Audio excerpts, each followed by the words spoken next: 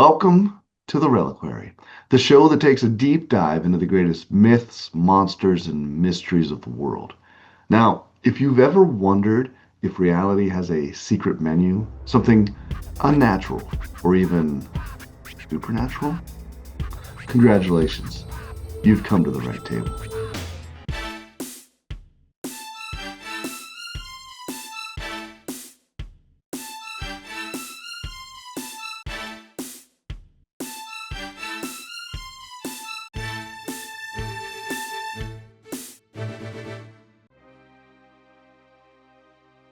In this episode, we plunge down a rabbit hole so deep that it pops out somewhere in the Middle Ages.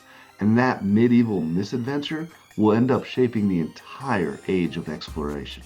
And that era is basically a fantasy novel with boats, mermaids, phantom islands, lost colonies, and at least 24 sailors claiming they definitely saw something that definitely wasn't a hallucination. But a full century before Columbus set sail, he was inspired by the stories of another bold sea explorer, John Mandville. I know. Who the heck is he? So let's crack open one of the most fantastical travelogues ever printed. Before we turn the page though, there are a few things you should know. The year was 1371. The printing press is still the hot new tech. And while today we neatly shelve books into fiction, nonfiction, and whatever Dan Brown is, medieval readers had no such categories. So it's not surprising that when the travels of Sir John Mandeville hit the shelves, there was zero indication it was anything but pure fact. And people believed it.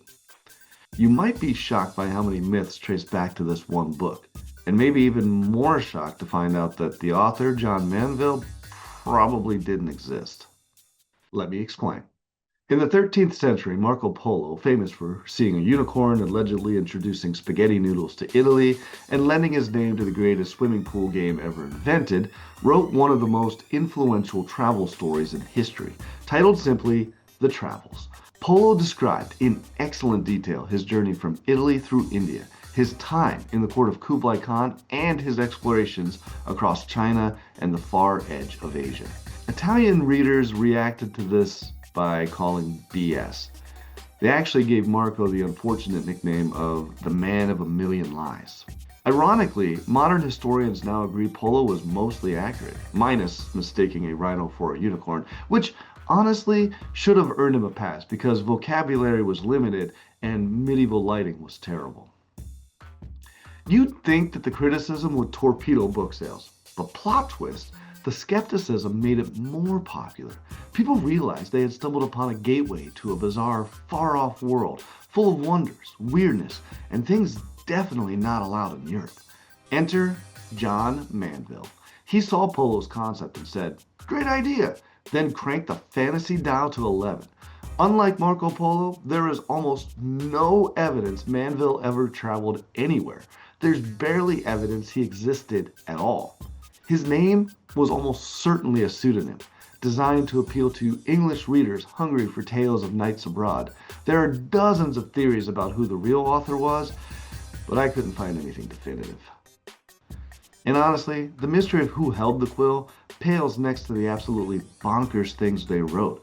Mandeville claims to have crossed the sea in 1332 and explored the Middle East, Asia, and even the Amazon, places 99.9% of his readers would never see, and which he probably never saw either. You might think I'm being unfair, dismissing Mandeville's book as pure fabrication. Maybe I'm doing what the Italians did to Marco Polo, eye-rolling some medieval genius only for history to vindicate him centuries later. Hold that optimism.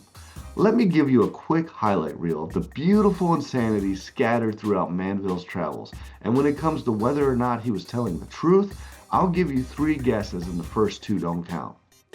Let's break this down.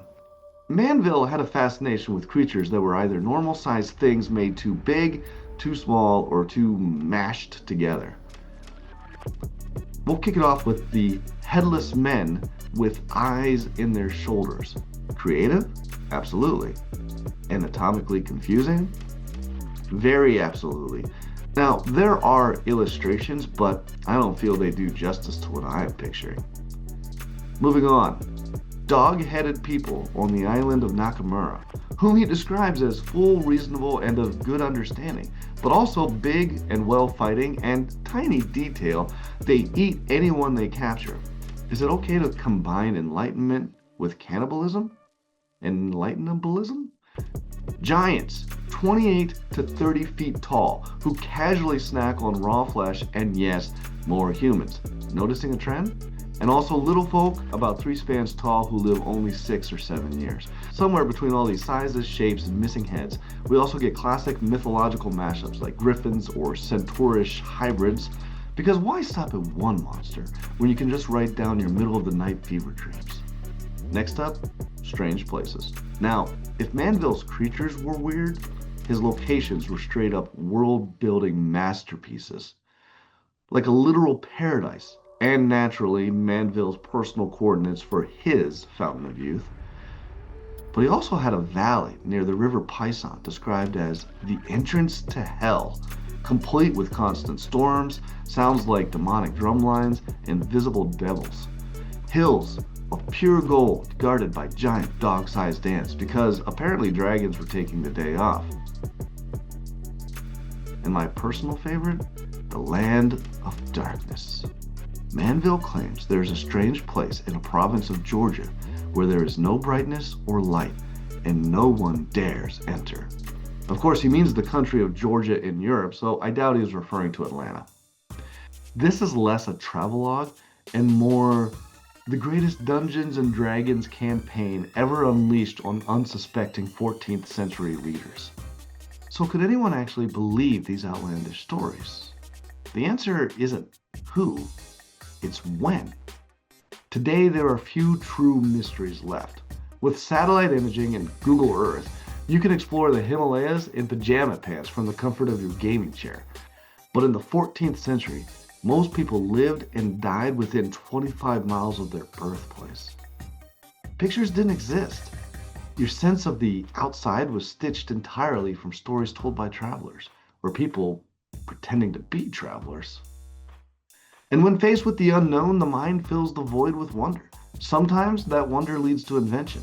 Sometimes it leads to incorrect maps. And sometimes, just sometimes, it accidentally fuels the age of exploration. Believe it or not, and you should, because I'm bringing receipts in the description of the YouTube video, Christopher Columbus used Mandville's travels as a reference guide when planning his voyage that led Europe to the New World. Boom. The historical irony here is exquisite, though. Columbus wasn't trying to discover the New World. He was trying to find a shortcut to India. He missed his target by roughly an entire hemisphere, so a solid task failed successfully. But here's the thing. Would he have even tried if he had had a more accurate reference book than Mandeville's madman ravings? Would he have imagined there were wonders beyond imagining? Would he have risked everything without that spark? In the end, it doesn't really matter.